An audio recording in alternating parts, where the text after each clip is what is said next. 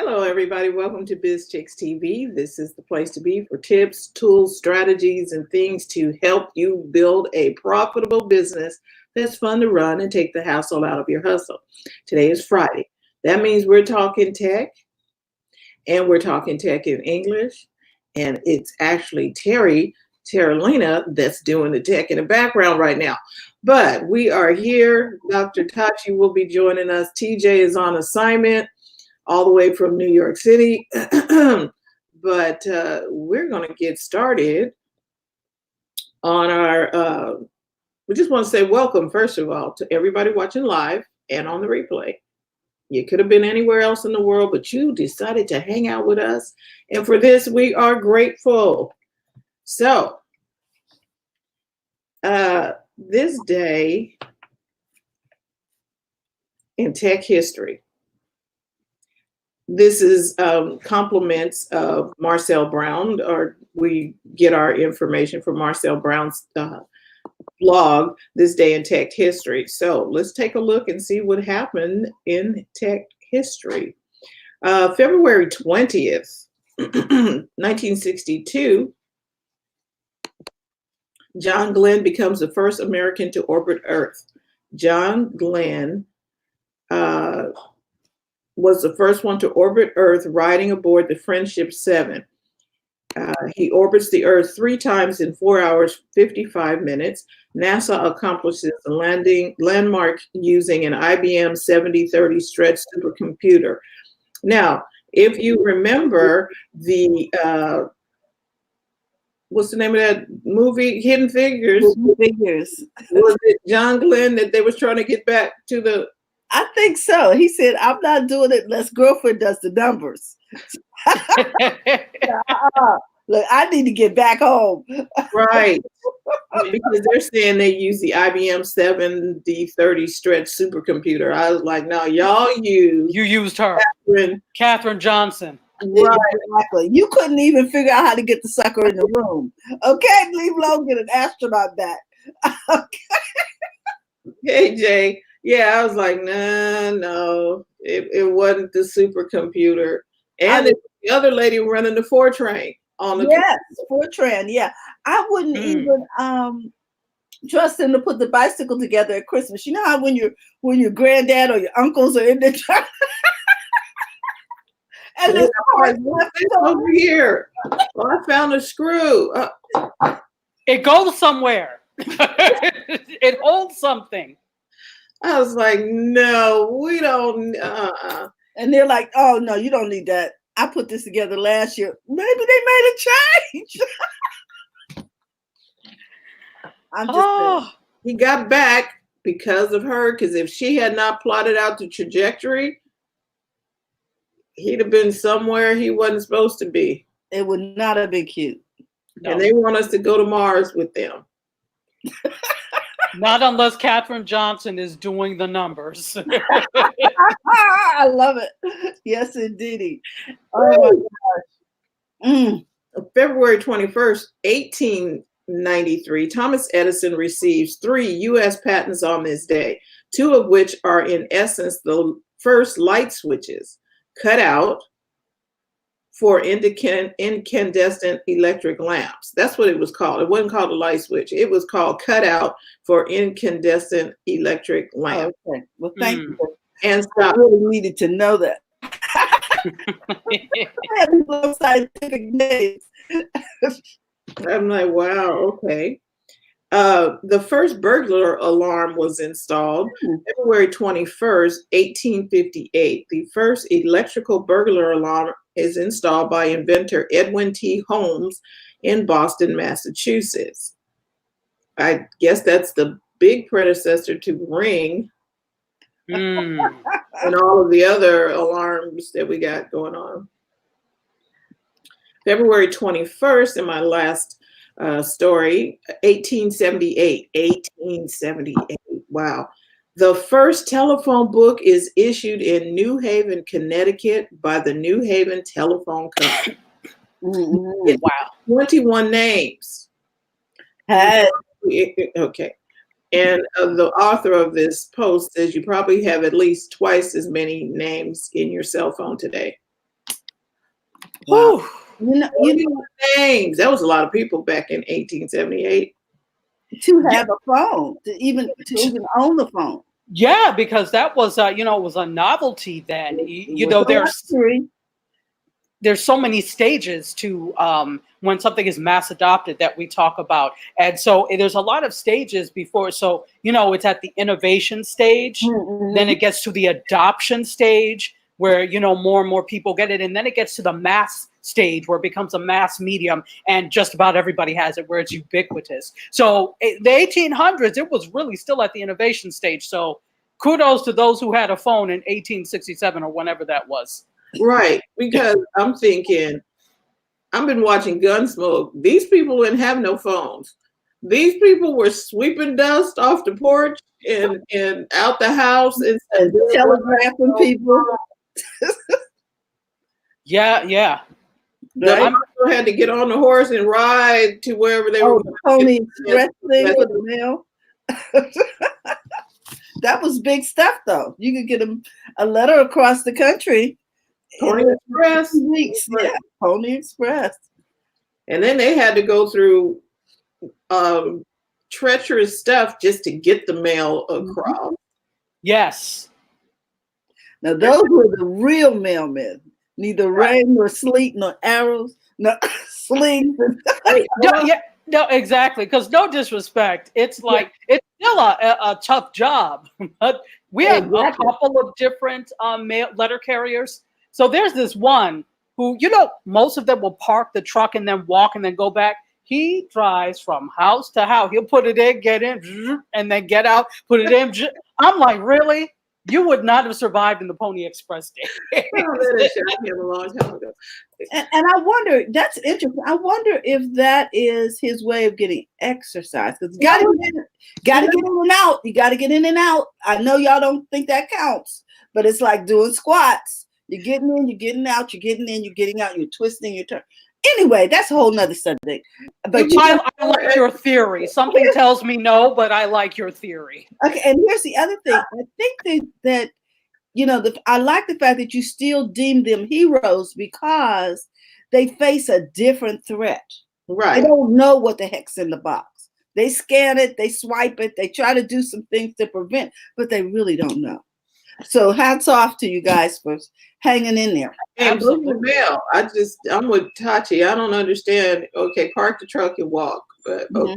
And maybe there are dogs, and maybe it depends on how big the block is. But no, and what's going on in that block? Because if it's a serious dog, I'm with.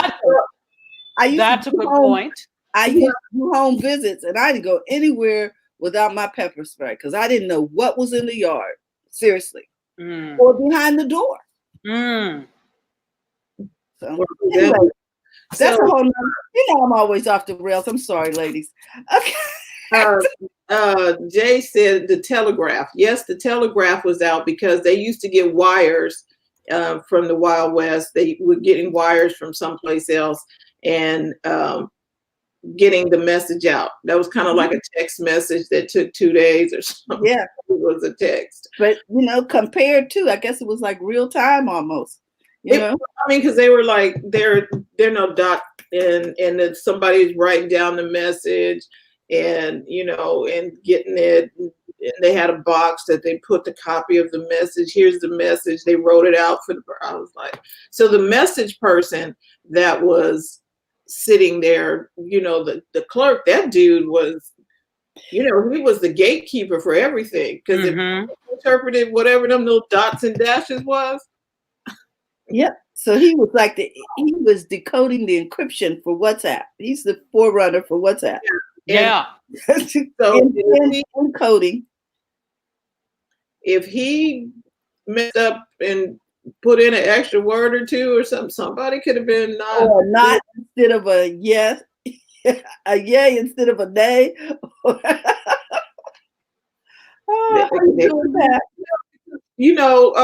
do you call it when that happens? Autocorrect. Okay. She meant. Whoops, hold on. And Jay said he don't like the dog chasing him, talking about the postal people. And Oh, her screen is frozen. no, it's not. It's not Oh, frozen. this is Pat Tucker. Oh, Pat. Uh-huh. If that were a bad dog, they won't get the mail. And see, the dog shouldn't be in the front yard anyway, but that is a different story. The dog should be on the leash. There's a lot of shoulds. Except the dog should be trained. The dogs. There's so many people who have dogs that are not well trained. Mm-hmm. And those are usually the interesting ones. At any rate, The dogs are probably, please get me out of here. Is what they're saying when they come to the fence. Get me out. I need to be out of here because these people are not taking care of me. Exactly. So that is your week in tech history. Terry, what stories do we have today? well, I wanted to share some of the best products from the Consumer Electronics Show for 2020. Is that CNET? Yeah, well, it's on the CNET site. Okay. The product of the Consumer Electronics Show for 2020. Okay. And so I'm going to share my screen. Oh, Oh, we always love when you share the screen. yeah, because you know Terry always knows what she's doing, right? Yeah. Okay, so you never know what you get when you put Terry in charge of electronics. Okay, so this is some of the products. Alienware Concept. This is a game that they said was really good. I'm gonna skip past that because there's some things I want to talk about. And let's see. The next one is the sandwich. Can you see that? Impossible pork. Seriously? Pork. Yes, Impossible Pork. Wait, we need to stop at Impossible Pork. Oh, okay. These are engineered, and it's a tech story because it's engineered food in a lab. They're using technology to engineer the food, to make it taste like, and you know what I'm saying? They're doing stuff. Mm. Well, you know, I'm just saying. Here's what they say. Impossible Pork. It's the latest plant-based meat substitute for Impossible Foods. Made a big impact at the show. It says, and it earned generally decent remarks for taste testers. It doesn't have an exact launch date, so you know it's not really in the restaurants and things yet. Oh, it's in a restaurant because somebody has. Did I go too fast? They have bacon. There's somebody who has something in there that I don't know if it's McDonald's that has the sandwich made with plant-based plant-based meat. Mm-hmm. Right. So it's already there. So why did that have anything to do with tech? Because they did it in a yes, plant-based, but they still did it in a lab, Jay. They are tinkering. Yeah, you know, that's interesting. People sometimes think that, especially with things like, Impossible Burgers and all these meats, they're actually engineered meats. So just because they're from plant sources does not mean that they are natural sources, if that makes any sense. I hadn't thought of it that way. Yeah. Okay. Well, now the next one is this watch. This watch helps you track things like sleep apnea. It uses optical blood oxygen sensors to sense sleep interruptions, and it's looking for clearance from the FDA. So it's not really market ready yet, but they're moving in that direction. Okay, so this is not like an Apple Watch. Yeah, because this is the one I want to get to. This is the one. Wait a minute, because see, you just roaming over there. So comment on the watch. Isn't that like an Apple Watch and a smartwatch? It really is. It's a smartwatch to monitor your sleep patterns specifically. So now you're seeing wearables that are targeting specific conditions. Well, but the Apple Watch and I believe the Android Watch does that as well. Yes, they track it to an extent. And let me let me go back and Okay. read you what it says here. It says here, the Scan Watch also has ECG and can detect arterial fibrillation, which is what the Apple Watch does, has swim tracking and boosts a 30-day battery life. Expect others like Fitbit, Google, and more to move in this direction too. And Apple's already, monitoring some of these things on their current device. So Yeah, you it's know, like catch up. those things are interesting, and I love that technology is Mhm. coming to the point that assists us with biometrics, etc. But I think we also have to put that in context, and be careful. It's kind of like using WebMD. Some people just don't go to the doctor or whatever. They're like, Oh, oh, well, oh, WebMD, it says XYZ. So it's important to remember to use these as an aside or in addition to what you would normally do for your health, and not because that should not be the end all and be all. Okay, sleep apnea, that's great, but would I trust that meter to monitor everything? What happens when the battery runs low? Does it start acting up? So and what if there's a glitch in the app and I don't update my stuff? You know what exactly. So Mhm. there's the thing for human error Mhm. and electronic error because of human error. These Therein lies people, the rub. okay, the people sent John Glenn to the moon with a computer that a human had to go back in and check the numbers against the computer. Uh-huh. Well, thank God Yeah. that somebody thought, hey, baby, we better check this. Oh yeah, carry on. I was just thinking. I was like, we already have this watch out. But anyway, go ahead. Okay, so now this one I think is very interesting. Isn't that a cute little puppy? Now, Oh. it says this animatronic, that's it, animatronic dog grabbed our heartstrings and tugged hard. Jenny is a robotic lap dog. She doesn't she doesn't walk around like Sony's Albot, but what she lacks in mobility, she makes up for in a coat of fuzzy synthetic hair and expressive, comforting personality. The product of a partnership between robot startup Tombot and Jim Henson Company. Isn't that Sesame? Yeah, the Muppets. Muppets. Yeah. Jenny is designed primarily as a soothing companion for seniors suffering from cognitive ailments, but the company says it has received interest from those suffering from PTSD, autism, and other conditions. You can pre-order her for $449 or join the wait list for $349 at her Kickstarter page.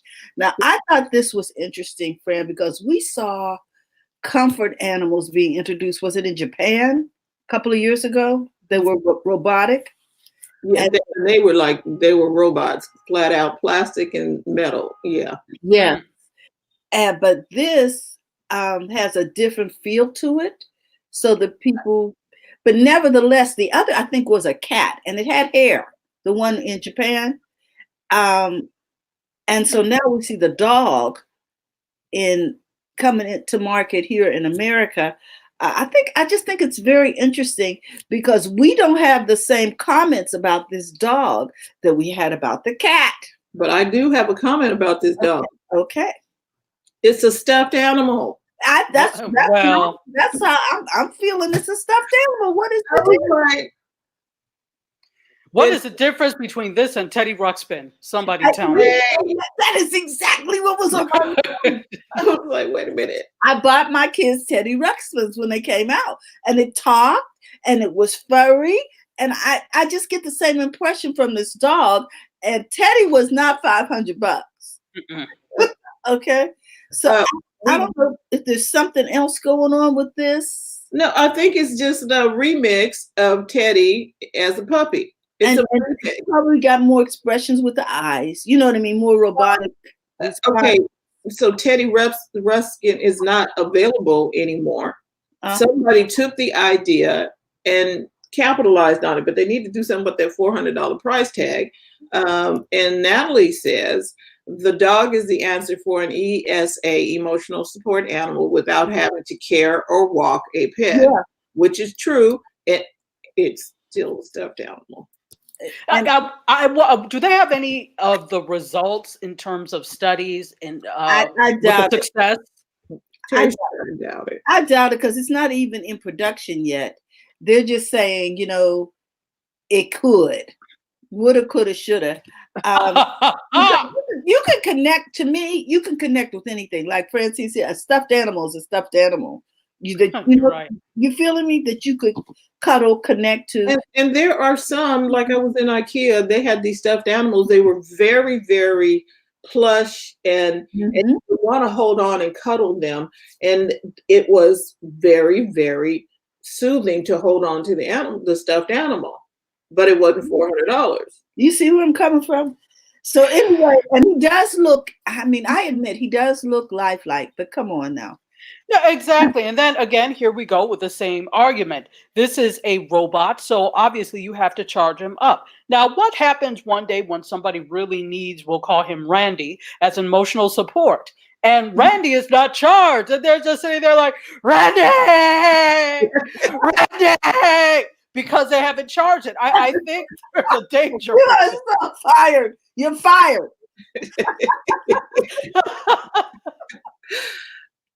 I don't know, and I don't know if because it's a robot. I don't know if they have a simulated heartbeat going on. There's got to be more going on here. I hope so. You feeling me for a connection? So I'm thinking maybe there's a simulated heartbeat, warmth.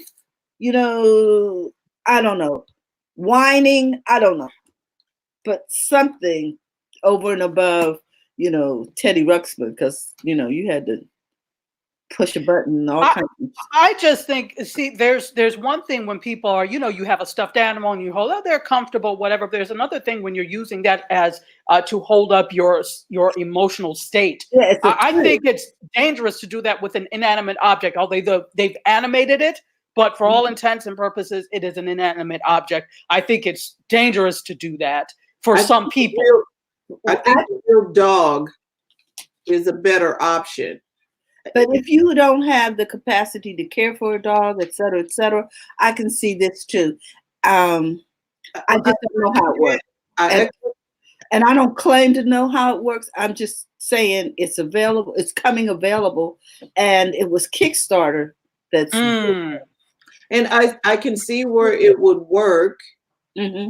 But I have a dog, and the interaction you get with the real dog is not going to be. I understand.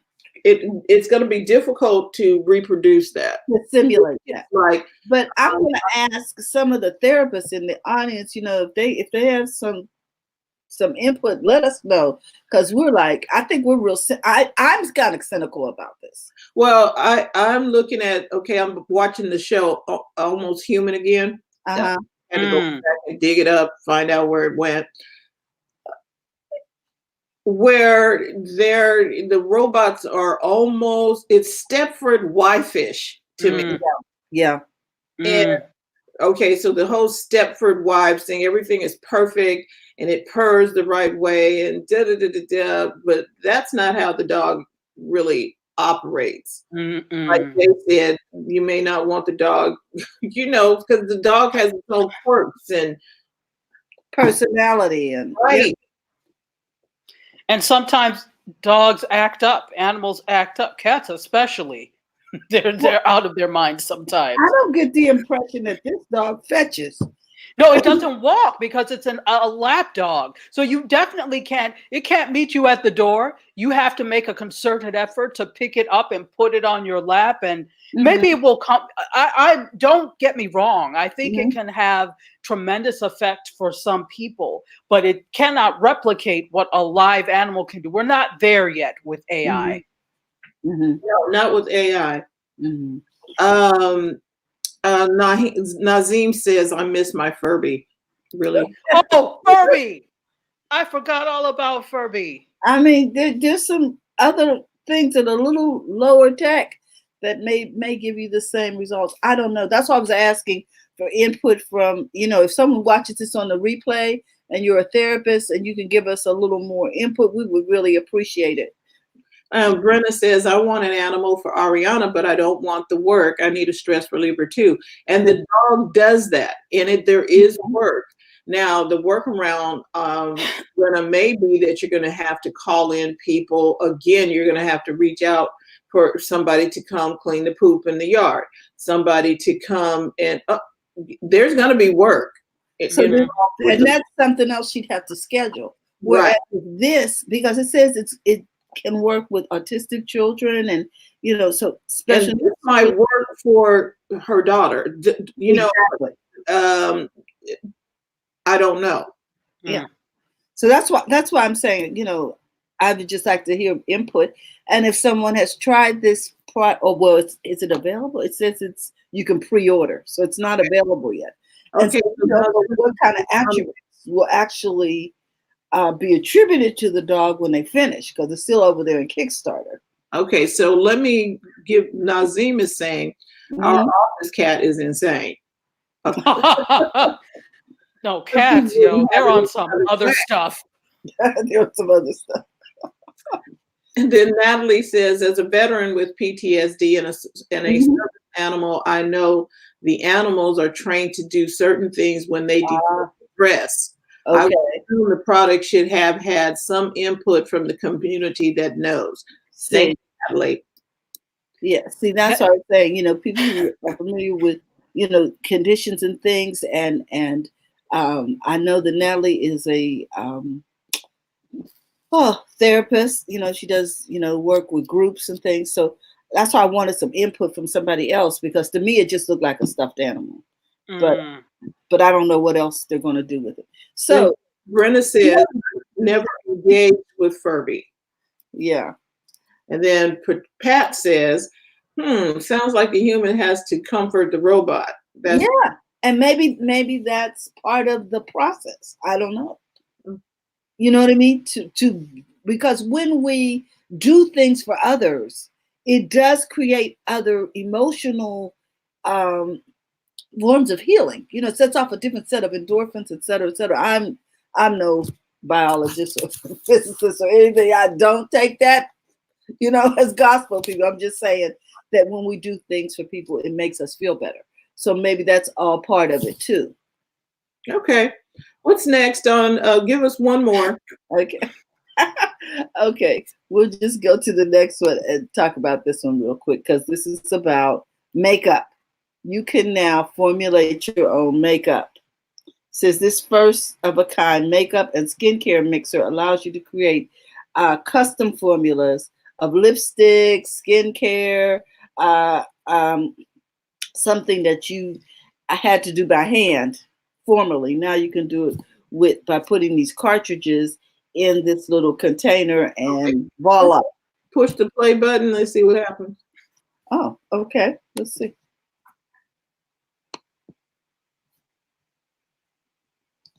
Terry is being a real tech diva today. She's Oh. commercial. Really? Keep going. Oh. Is it going to move? Is it moving? Okay, I don't know.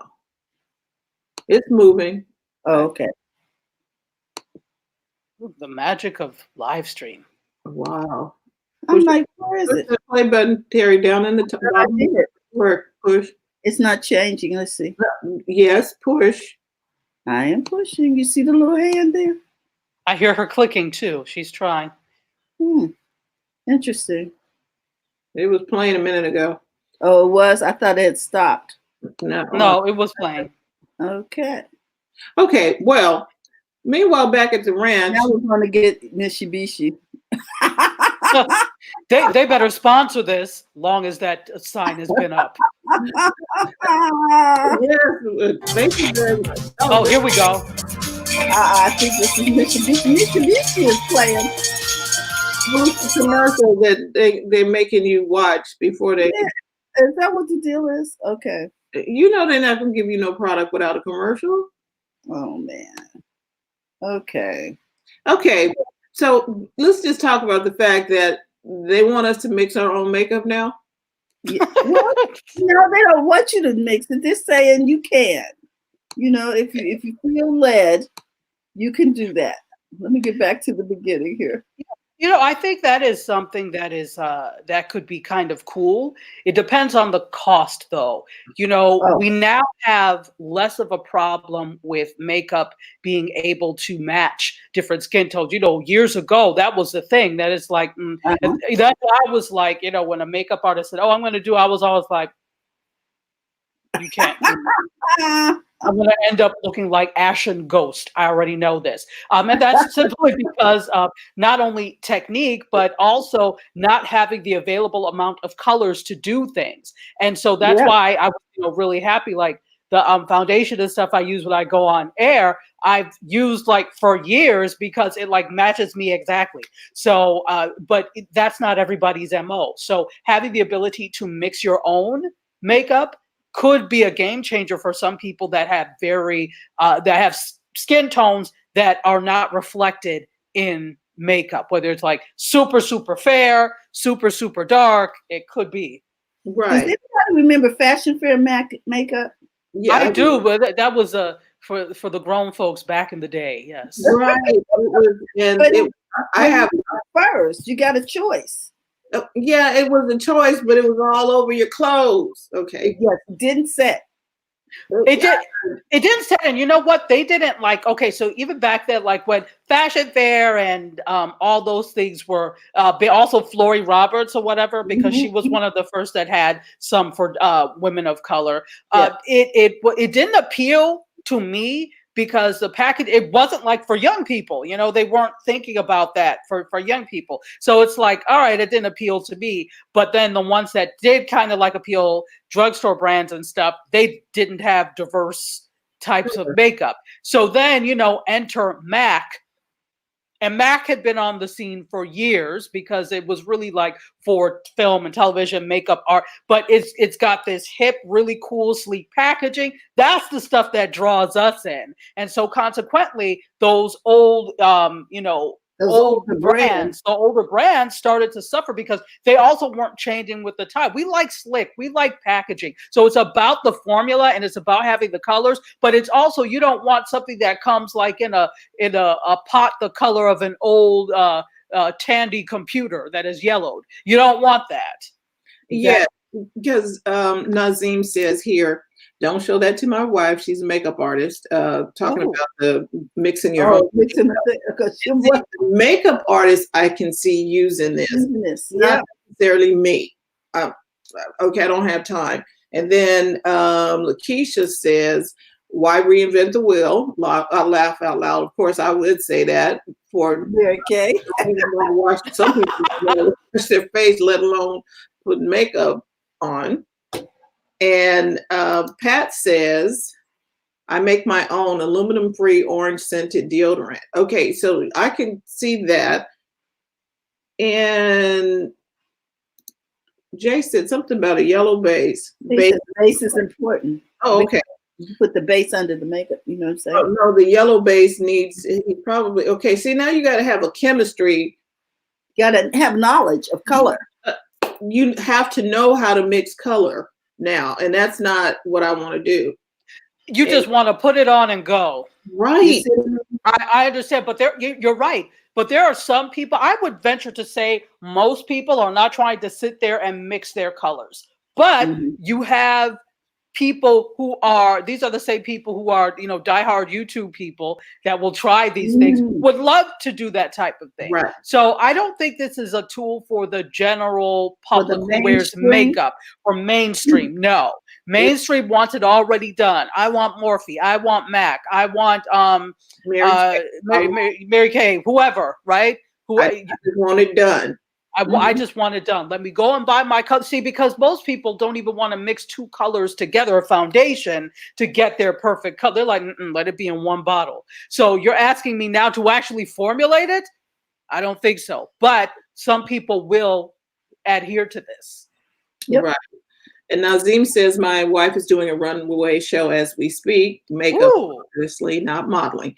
But, she could probably pull that off, too. And he said Matt's first testimonial was RuPaul. Good morning, Terry. And Brenda says, all those YouTubers with makeup tutorials might like it. You are absolutely right. Hey, Donald, good morning. So I agree. Some of the stuff that even at the tech shows are not for the mass audience, or a specific set of people. Just like you said, like what you talked about earlier, Dr. Tachi, about the telephone wasn't widely used until a long way down the road. Now everybody has everybody didn't have a phone in their house. Then all of a sudden everybody has a phone in their house. Now, the interesting thing is when we talked about the phone, and I know this is a tangent and a rabbit hole, but follow me for a minute. So the interesting thing is that everybody at one point, most people had some sort of phone in their house. Even if it wasn't on, there was a landline phone. Okay. Now you are struggling to find anybody who has a landline phone. Maybe, older people do have landlines, but most people use their mobile phones as their main phone now. Right?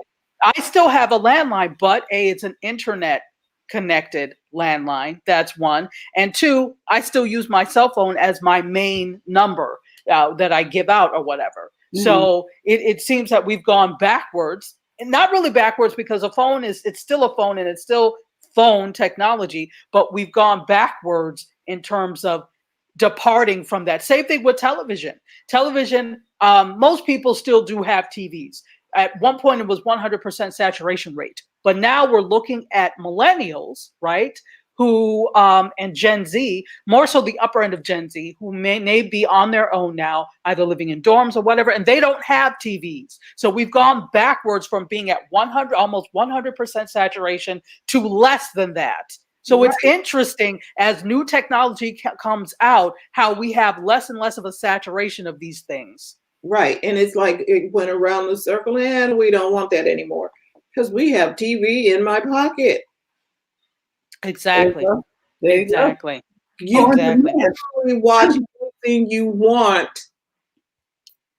with your pocket. Now, you do have to have internet connection. That's the one thing that everybody has to have. And you might as well put your hands up because you're going to pay for it. You see here, Jay says enough for skincare. Some have bad ingredients, and mineral oil isn't good for your skin. True. Yeah. That's why you want to get a reputable company. That's why you want to mix your own. Some people go organic. Your own. Exactly. Yeah, but I'm sorry. The average person is not concerned with that. I would venture to say, if you look at the ingredients, there are so many that cosmetics that have mineral oil in them. Most people are like, unless it's breaking me out, I don't care. Yeah. And I've seen some stuff. I was like, okay, this is not working. When you find one that works, you stick with it. I'm like Dr. Tachi. I'm like, I found what works on my face. I'm using that. That's it. Yes, particularly when this is anybody, but particularly when you're a person of color, it's already difficult to find things that match for shades and all. So now I have to think about this too. You got to mix it, girl. You got to take it home and mix it.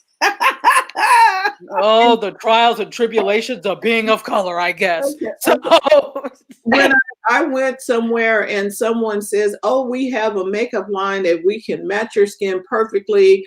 And I went, okay, I'm good because I know exactly what to do for my foundation. Now you might be able to help me with lipstick or you might be able to help me with eyeliner and some eyeshadows or something else. But the foundation part, you shall not mess with the foundation. And let's see. Pat says, I finally got my 95-year-old cousin to break the cycle of paying monthly for her physical telephone. Not the service, the actual phone. Yeah, it's a mess. Trying to pry somebody from a thought process that they've been in for years is very difficult to do. You don't need to pay for that. Why are you paying for minutes?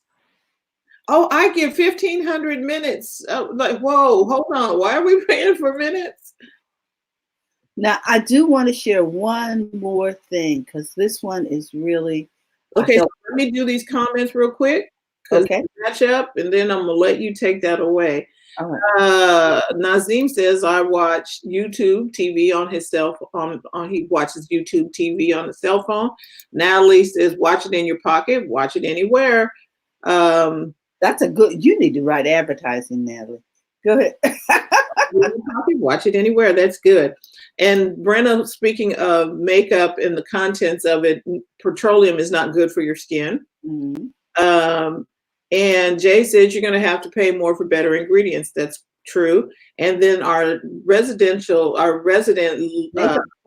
makeup person says you only need one appointment with me. I got you. Makeup technology changes like phones. Wow, that is interesting information. Yeah, it really is. Wow. So, Keisha. So continue to tell us about the. I'm going to do this one right here. Oh. Listen that. This is a BrainCode prosthetic hand. And BrainCode is all-power prosthetic hand works with an amputee's brain waves or muscle signals to intuitively do movement that they and know ahead of time the movement that they want to make. It allows amputees to have a full range of motion, pre-programmed, pardon me, let me go back. It allows amputees to have a more full range of motion customized to their own body compared to others on the market that offer a limited number of pre-programmed movements. So it's more fluid and more flexible. Yeah. It's more natural for them. And okay, I'm gonna ask, could they not have made it a different color? Well, wait a minute. It says it also retails for between $10,000 to $15,000, significantly less than other robotic options. So here's a cost-effective way to deal with this, and I'm sure that they can customize it to whatever you want it to look like. I think this is just the prototype, the workings. You know what I mean? It looks like when you get a prosthetic leg, okay, and you customize it to the color or whatever you want. Yes, I like the idea of it, and I think it's a really good product, especially if it's going to help you maneuver and have your own fingers, hands, and it move like they're yours. Mm-hmm. Exactly. I'm not doing that. But if you're going to present it, make it because you only get a first. What is it they say? You only get a first impression. You only get one time to make a first impression. Is that it? Yeah. So make it look like what you are imagining it to be. You understand? Don't like, oh, I gotta hurry up and get it out the box and I understand that, but make it look, because green, I'm thinking robots. You're already freaked out by iRobot and every other movie that has AI. Yes. And you are putting something that is AI in your body to okay, anyway, I just said it. Make it look good if you're gonna do it. Well, yeah, you're right, but I think it's more difficult than what we think it is to make something look human and be functional. Right. So I think they still haven't figured that out. So and I think too that if you have a need, it's more important to have that need met, as opposed to, initially worrying about the cosmetics of the whole thing. Correct. And then to have it customized later. You know what I mean? So I'm just amazed that it works with your brain waves. It what do you call it? It perceives what you're going to do next. It's intuitive. So that the movement starts when the thought starts. And I'm having I'm like It says here the hand works with an amputee's brain waves and muscle signals to intuit the movement they want to make. So Exactly, but see, we are thinking a thought in our brain, and our hand responds because it's wired to do that. Mhm. My question would be, how is the wiring working? now, see, I'm sure that all of this is based on neuro pulses, because they work with a lot of this stuff in Pittsburgh, where I'm from, in their biomedical field. It's Mhm. what they transitioned to when they got out of steel. They Okay. decided to go into biometrics because they had Carnegie Mellon, and then they had medical students. So they sort of merged that thing to do a lot of bio stuff. And it has to do with brain impulses and a connection somewhere between your body and these robotics that actually sends pulses to it and lets it know what you want to do. I However, really if I knew, I would not be sitting here, girlfriend. Be at the bank, still counting my money. But I'd rather have them work on this than try and send people to Mars. This is more useful. Mm-hmm. Can we use, as my mother would say, can we use a little bit of common sense? We pump all sorts of money into things that it's nice to explore, but I don't think we should be exploring at the expense of our citizens. That's just me. Let's take care of humanity first. We start talking about Martians and other galaxies. But so, Miss Tachi, do you have anything for us today? I do. Oh, good. Yes. So this is really interesting. You guys know Redbox, right? Yes. Yes. So Redbox is your friendly neighborhood supermarket or other structure place where you could get DVDs out of this red box. So, it seems like a throwback to days of old, but they are stepping up and moving up like the Jeffersons. Rest in peace to Janae Dubois, by the way. Just thought about that. She wrote the song, so she just passed away. Oh. So yeah, she played Walona on Good Times. Oh, yes. Yeah. So when I said that, I thought about that. So they are launching, just when you thought you had enough of streaming services that we didn't need any anymore, here comes another one. Redbox is launching one. They are launching a free ad-supported streamer. Yeah, okay, you read it. Yeah. So but I didn't understand it. Please tell me what. Okay, so basically it feels to me like it's going to be like a Pluto. So Pluto is actually supported. They've got a whole bunch of Viacom channels. Viacom actually owns Pluto. They bought Pluto. I didn't know that. That's why you see all these different Viacom channels on Pluto, the MTVs, VH1s, Comedy Centrals, etc., because Viacom acquired Pluto. So it feels like it's going to be a Pluto, and it's going to be free. Of course, it will be on platforms like Roku, Chromecast, Fire Stick, etc. You can pick it up on Android and on iOS, and it's ad supported. Okay, so it's free live TV. So to me, it feels like Pluto, or there's another one called Stir that is like this too. Is free live TV. And right now, it's only available to a select audience of people via the Redbox site. So if you go to the Redbox site, you could watch it also, well, for those select group of people. And also iOS and Android devices, but soon it's going to roll out nationwide according to the company. So at that point, it's also going to join Redbox On Demand, which they have, because you can watch Redbox stuff on demand, but just not. Yeah, just not live TV. It wouldn't make any sense, because how many people actually go and get a DVD? How many people still have a DVD player that works? I don't even. I think I gave it away or something. You have a DVD player that you use? Put a 1 in the chat. Well, let me say one. I have one, but I don't ever really watch DVDs. It's that you use is the operative word. Okay, then I rescind my one. Yeah, because mine is somewhere in the garage, or it's been recycled or something. I don't know. Wow. So I mean, mine is actually hooked up, but I don't I'm sorry. You know, Mark's over here clowning. Go ahead. Uh-oh. It's yours. Mark. Yours What is did Mark actually say? separate. What? Mark says, I'm offering a streaming service where you can watch me stream other streaming services. It's Very very meta. No, exactly. Wow. Wow. Oh, wait a minute. But Pat says here.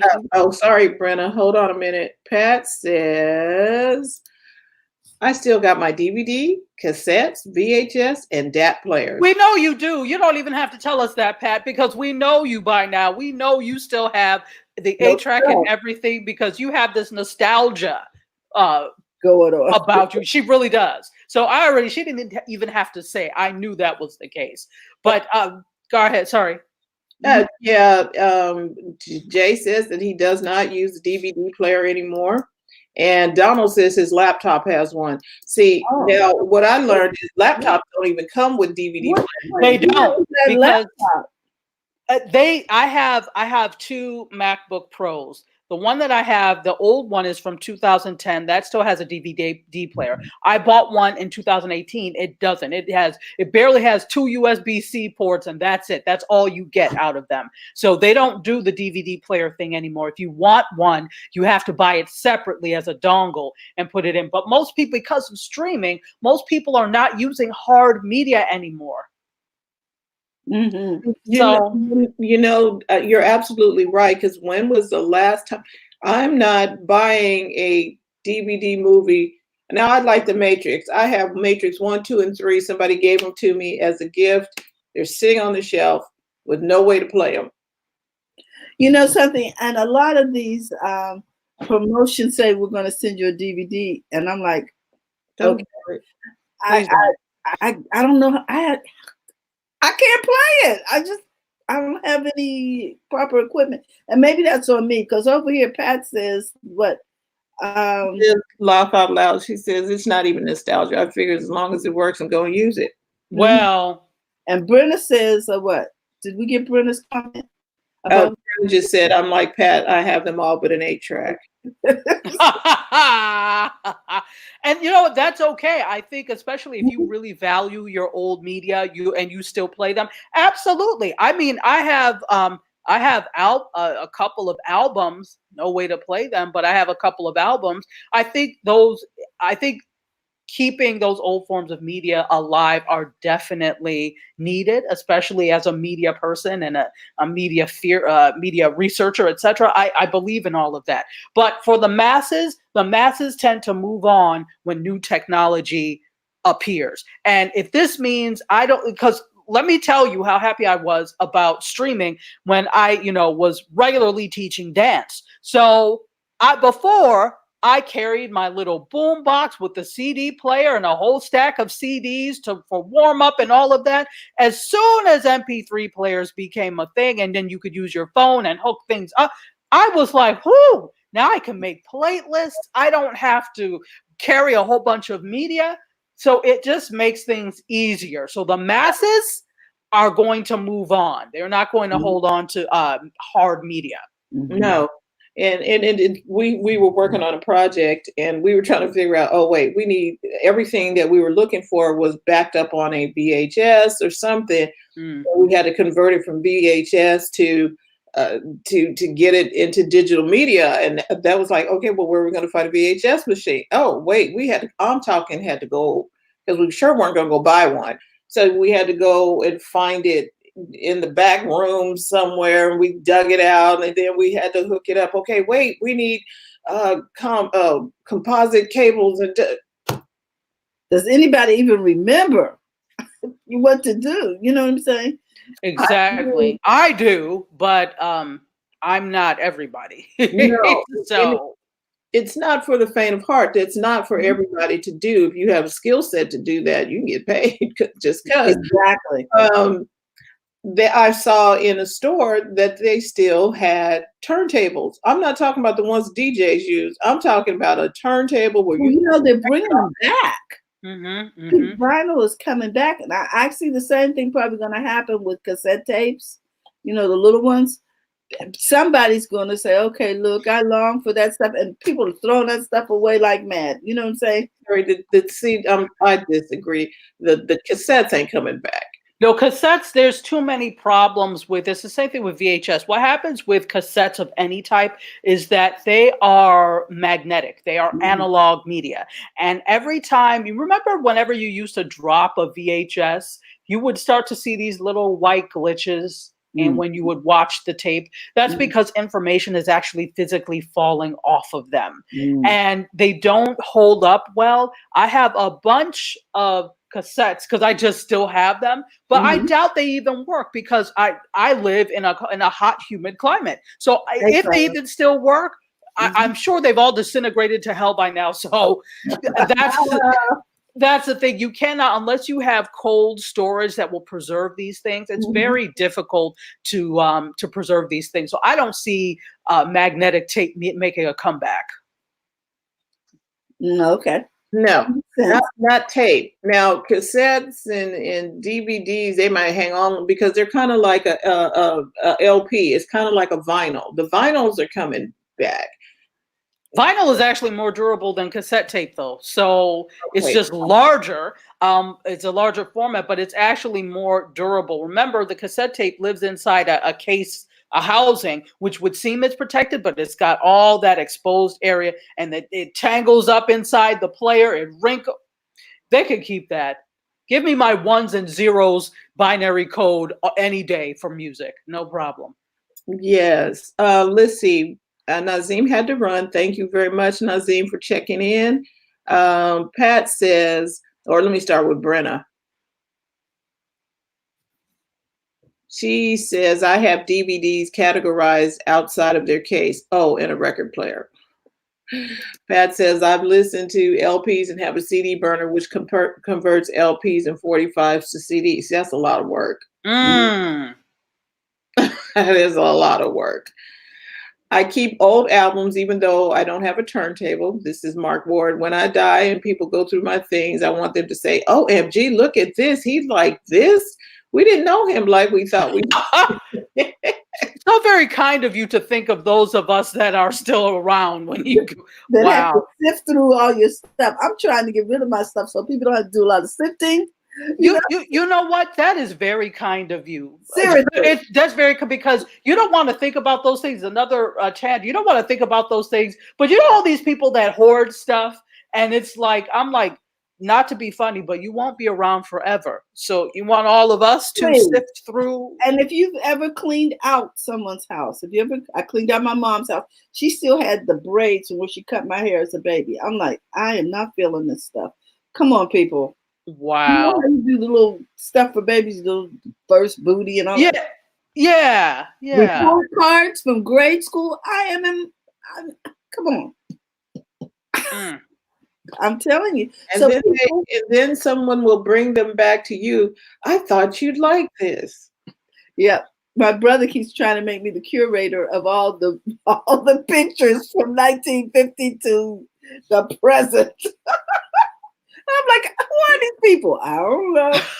Well, those are things and it takes a while, but I would suggest digitizing them. Since we're talking about media, start to digitize these things, hold them in a digital archive because those will last much longer than the original picture. So if for some reason these things get lost, flood or something like that, you have them.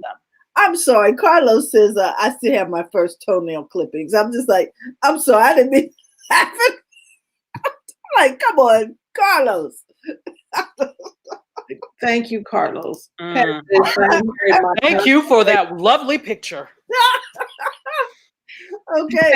She inherited her parents, aunts, great aunts, and grandparents' LPs in '78. So I have some great stuff. And it's only, I like the collection of it. But do you listen to it and enjoy it? Or I'm not just talking about Pat. I'm talking about everybody who has old school records and stuff.